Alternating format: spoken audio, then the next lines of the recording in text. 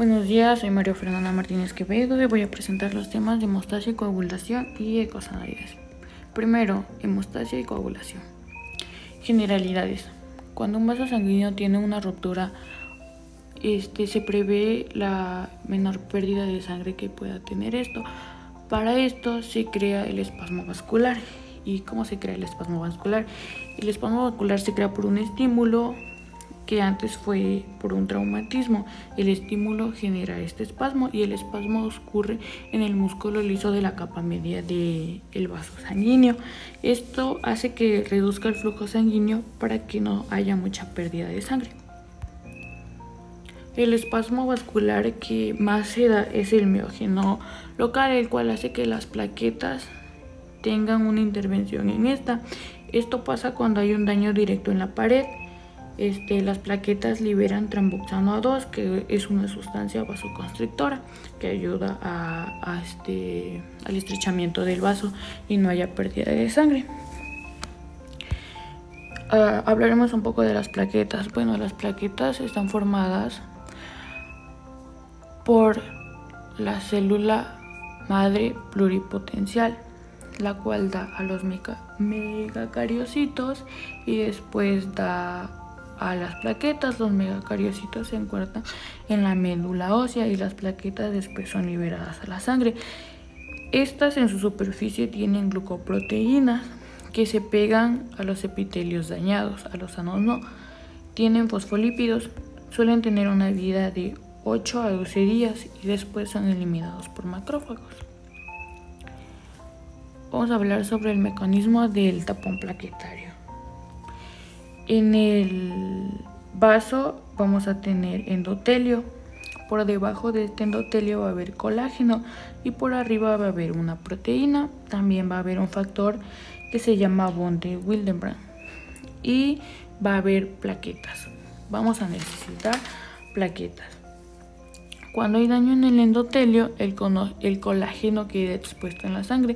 Lo que van a hacer estas plaquetas es que se van a unir a por la capa de glucoproteínas que tienen, pero en su unión van a ser inestables, lo que van a necesitar del factor que ya les había comentado antes. Al hacer esto va a haber una activación plaquetaria. Después de que las plaquetas se unen, estas a su vez liberan gránulos de tromboxano A2, ADP y serotonina para que así se unan más plaquetas y formen el tapón plaquetario. Hablando de la coagulación sanguínea, primero vamos a tener un vaso lesionado con aglutinación de las plaquetas, aparición de la fibrina, formación del coágulo de la fibrina y recreación del coágulo.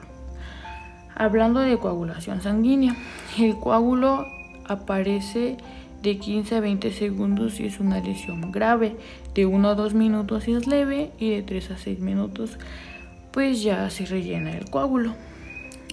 Las plaquetas tienen que ver con la retracción del coágulo. El coágulo puede tener procoagulantes, que son los que lo estimulan para que se cree, y anticoagulantes, que son los que los inhiben para que no se cree. La aparición del coágulo aparece cuando hay un vaso roto. Los procoagulantes inhiben a los anticoagulantes y esto hace que se cree. Bueno, y hablando de coagulación sanguínea, tenemos factores de coagulación en un vaso sanguíneo lesionado. Vamos a tener la protrombina, que se va a convertir en trombina. Junto con el calcio, la protrombina pasa de esta a trombina y esta convertirá el fibrinógeno soluble a fibrina. La protrombina, su formación está en el hígado y estos van a crear el coágulo, el cual va a estar por una red de fibrina y se va a desarrollar el coágulo de sangre. Para esto también necesitamos el factor 13, que se encuentra en las plaquetas y estas también van a tener importancia para que se cree la malla de fibrina. La malla de fibrina está compuesta por células sanguíneas, plaqueta, plasma, entre otras. Las fibras de fibrina se pegan a superficies dañadas y por esto va a hacer que se cree en donde hay un daño. La trombina también activa las plaquetas y el coágulo crece por estimulación. Hay una estimulación propia, o sea, la trombina estimula a la protrombina para que vuelva a crear más trombina y siga creciendo y creciendo y creciendo el coágulo. Y esta va a ser una red de fibrina que posteriormente pues va a ser un coágulo. Hablando del tema de icosanoides. Bueno, en icosanoides tenemos su subdivisión. Esta es una de prostaglandinas, las cuales son agregación de plaquetas. Su formación tiene 5 carbonos, un grupo carboxilo y 2 grupos OH. Tenemos el tromboxano. El tromboxano tiene que ver con lo que estábamos hablando ahorita de hemostasia. Esta va a producir el A2 y el B2. Los leucotrienos.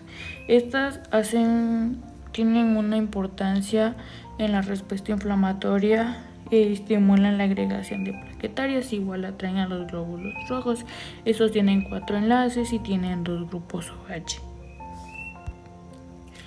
Y las lipoxinas, por último, estas tienen su formación de 3 grupos OH y por neutrófilos y plaquetas. Estos eicosanoides son derivados de los ácidos grasos esenciales y tienen 20 carbonos, y su función pues es más referida a la sangre, o sea, el proceso de coagulación y agregación plaquetaria. Y eso es todo.